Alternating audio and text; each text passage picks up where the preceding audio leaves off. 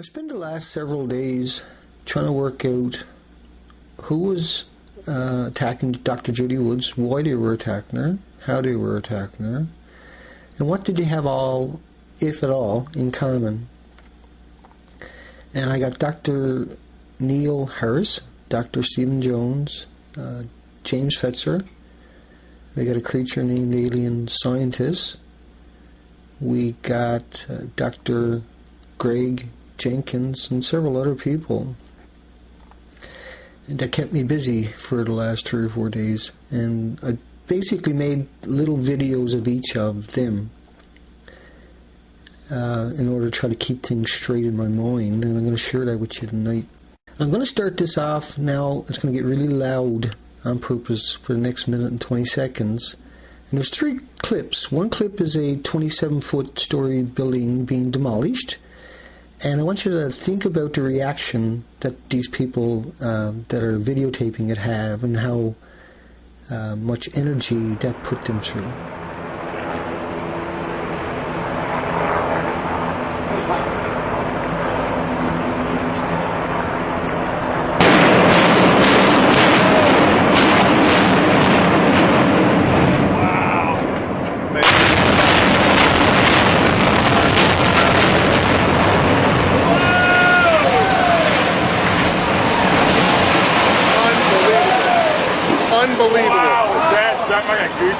Unbelievable. And then the next 2 short clips after that are loud, not quite as loud. I left the volumes naturally because that's important for you today. And you're going to hear the World Trade Centers collapsing. And I want you to think about the first video that you heard. Take 2. Take 2 and 2, 1. This is as close as we can get to the base of the World Trade Center. You can see the firemen assembled here, the police officers, FBI agents, and you can see the 2 towers. A huge explosion now raining debris on all of us. The top section, pushing on the bottom section, it's going to meet equal forces as it goes. Both sections are going to be demolished at the same rate.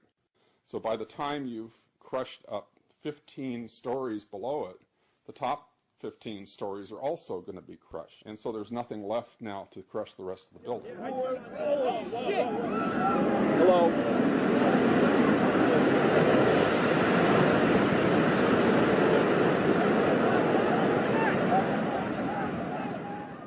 And then we're going to show you clips of James Fetzer from 6 years ago, before he turned on Dr. Judy Woods.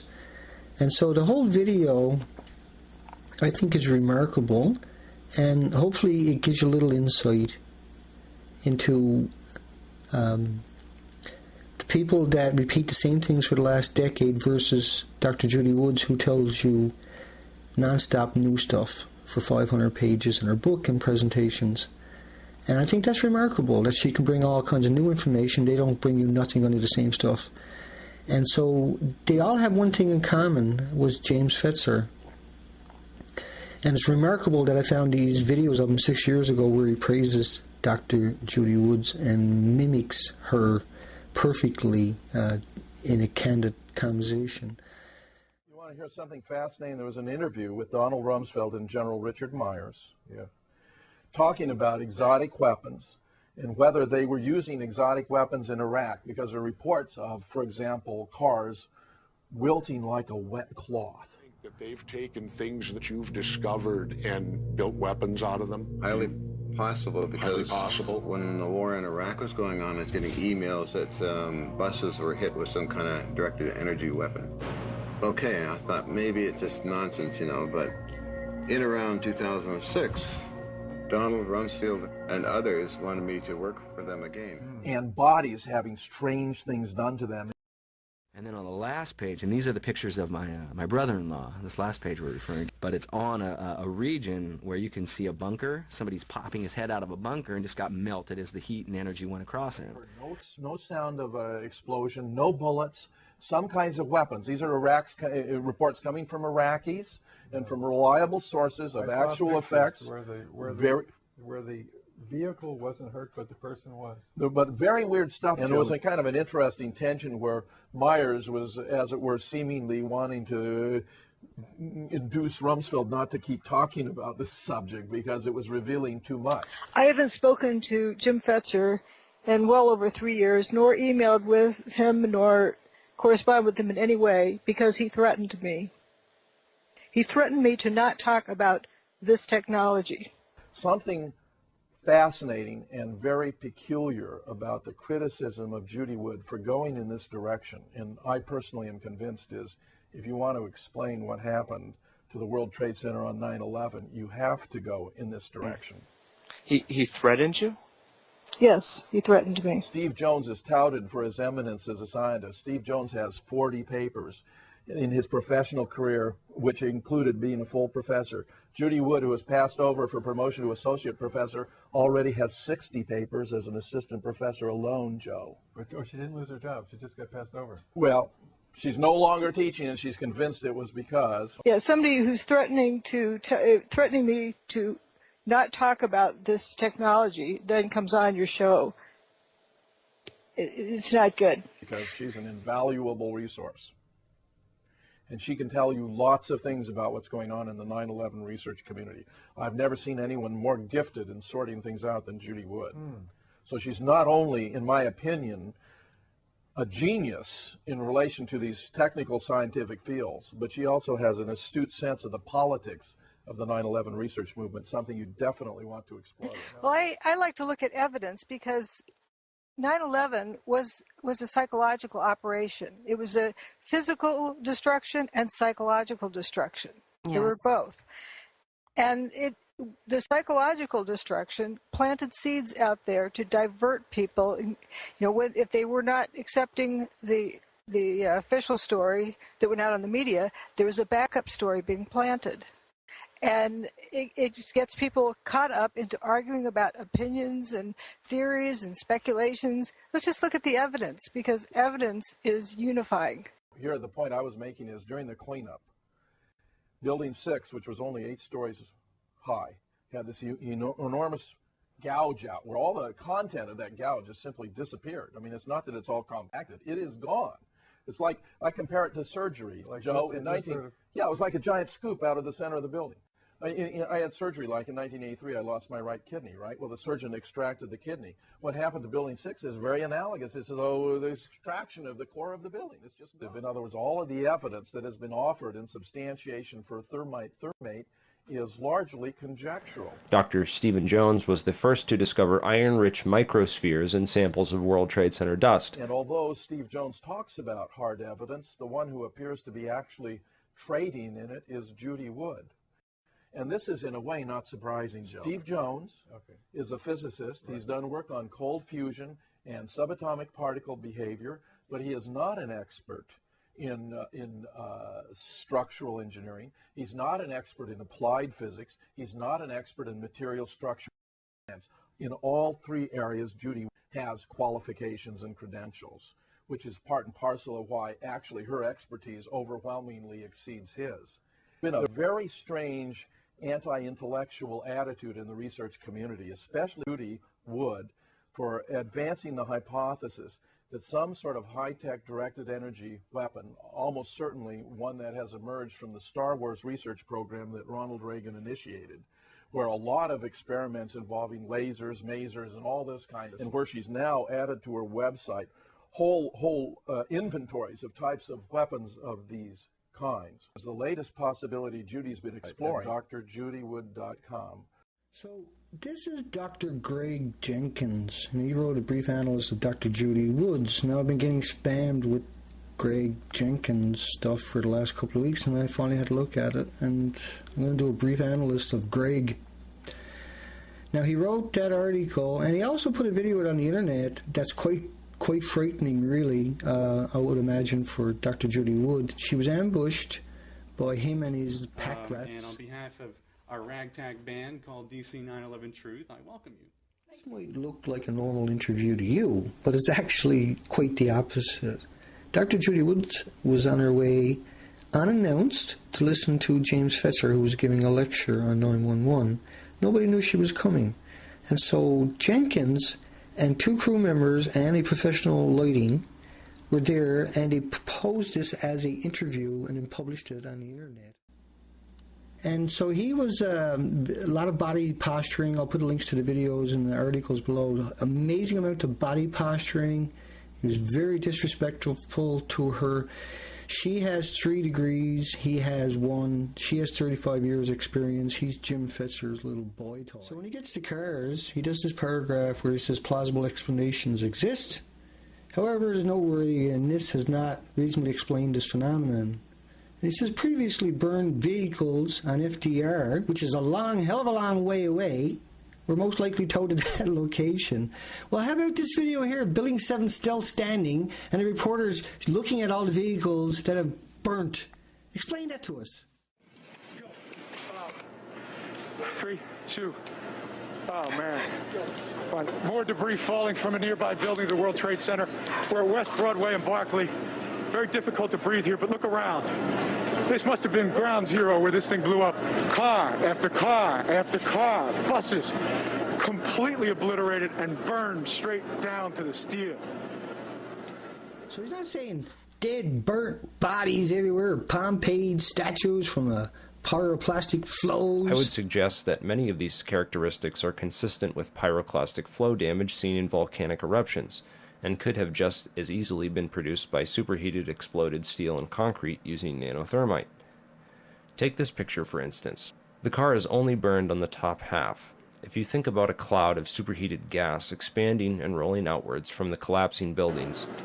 So he's not saying dead, burnt bodies everywhere, Pompeii statues from a pyroclastic flows. The gas inside the middle of the pyroclastic flow will be the hottest, but will cool down considerably on the surface of the cloud, where it is expanding and coming into contact with surrounding cooler air. No, even though there was over 500,000 people got pushed out into the harbor, right? That's how much dust was there. On 9/11, nearly 500,000 civilians were rescued from Manhattan by boat. It took less than 9 hours. And then out of nowhere, you just kept on seeing people coming. They looked like zombies coming through the fog, and you knew that those were human beings. Don't leave us. Please don't leave us. You got to realize entire streets were burnt of cars, but it didn't burn the signs, didn't burn the trees. But the cars were just melted right down. Yet it didn't burn the buildings. Burnt the street because the vehicles got so hot. It's the strangest phenomenon. But Dr. Greg Jenkins thinks this is normal. Here's the firefighters going for a lunch break. They come, doo-doo-doo, you know. They don't seem at all concerned that they're walking through this fire. They aren't worried about a car blowing up. And then he does a whole great big huge paragraph on paper. And then he comes back to Judy Woods puzzles over the fact, not Dr. Judy Woods, who's got 3 degrees, 2 more than he do, but Judy Woods puzzles over the fact that the tires and even the pavement under the car is on fire. Well, Michael Hastings' vehicle burnt to a crisp. The tires never burnt. And then we have also this vehicle that's already rusted. You can see Building 7 is still standing. All right, I guess the first question is you have come up with some ideas regarding space-based weapons and the demolition of the World Trade Center towers. And I was wondering if you could give like an overview of the proposed types of weapons that could be used for such. That's we don't great. know the serial number on the gizmo that was used, or what assembly line it came off of. Or. Okay. There's a lot of things out there we don't know nothing about. We don't know exist. Aaron Swartz took 4.5 million academic journals out of the ivory tower that nobody knew anything about. 4.5 million subjects, brand new subjects nobody knows nothing about, including Dr. Greg Jenkins. Actually, Jekyll's is probably more appropriate. Look, that's the equivalent of, say, $7,000 in an academic journal. That works out to around $43 trillion. If you consider that's probably 5% of the academic journals that JSTOR had stashed, then that works out to around $63 trillion in just cost at the university, not counting equipment. And in man hours, you'd be looking at 4.5 trillion man hours just for what? At, say, 1,000 man hours per academic journal. For, to think about how many we don't know exist. And so when Dr. Greg Jenkins says if he doesn't see it, it doesn't exist, he really ought to consider that. 3 corporations, Elsevier, Springer, and Wiley, own 20,000 academic journals, and they get the copyright from all the peer-reviewed studies from all the universities. Think about that one. Well, I mean, no matter what the beam that is used in the situation will involve, I guess the term you use is dustification of metal, or I guess right now, I don't know, maybe has this been done in the laboratory? Has anything been done that would turn steel into... if you don't know about it, doesn't mean it didn't happen. Well, so Dr. Greg Jenkins might try to say this is just dust falling off the building. And I want you to look at the collection I have from NBC and CNN and BBC and just all kinds of media. And they all call it a spiral, S-P-I-R-E. And if you look that up on Wiki, it's the top of a building, it's or an antenna, say, or a church steeple. What we're looking at is a part of the structural building itself. It's 700 feet tall. Think of a 700-foot tree, and think of that coming down in 1001, 1002, 1003 seconds. See, that's a disassociation of the metal itself that Judy Woods is talking about. That's literally the most bizarre thing you can see. Some of the suggestions by Judy Wood, suggest that an exotic weapon technology was used to basically pulverize the buildings, a directed energy weapon, as she calls it. What do you make of some of those ideas, Niels? What do you mean directed energy weapon? It's basically a new suggestion in terms of an exotic technology that has been, well, we don't know that either, but in development by some of the Black Ops weapon producers out there, DARPA, whatever you call it what you will, that there's a new type of weapons technology that is largely unknown, but that was used on 9/11. You maybe haven't heard about that theory. Well, since it is basically unknown, it's very difficult to talk about, isn't it? I'll send you some stuff on that. You can take a look at it. It's pretty interesting, actually. It's just some other suggestions in terms of why it would basically answer the question that you asked before. Why do it in such a way that it, booms out like a mushroom, like in this way, like it turns into this immense dust cloud? And she has some, potential answers for that. So it's very interesting. No, she doesn't.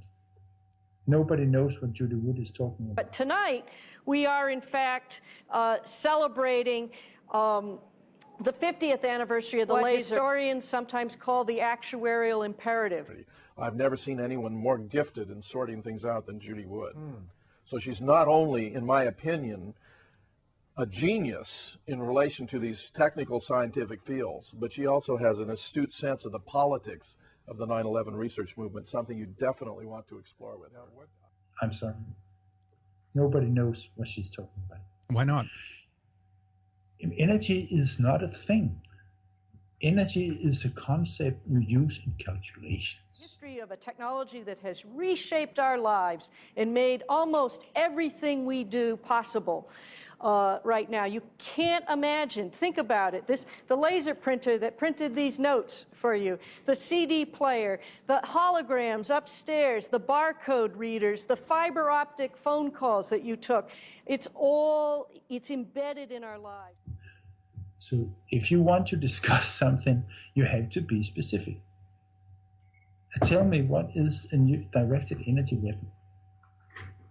Well, she is the theory. I'm not behind it. I have her book. I looked through the material, and it's some pretty interesting stuff there. Some suggestions, and that's all. And if you don't know about it, and if you want to find out about some possibilities, other ideas, I suggest looking into her work and following up on it on yourself, and see if it answers some of these questions, that we've been trying to answer here. Okay. All right. I have no further comments. Okay, sure, no worries.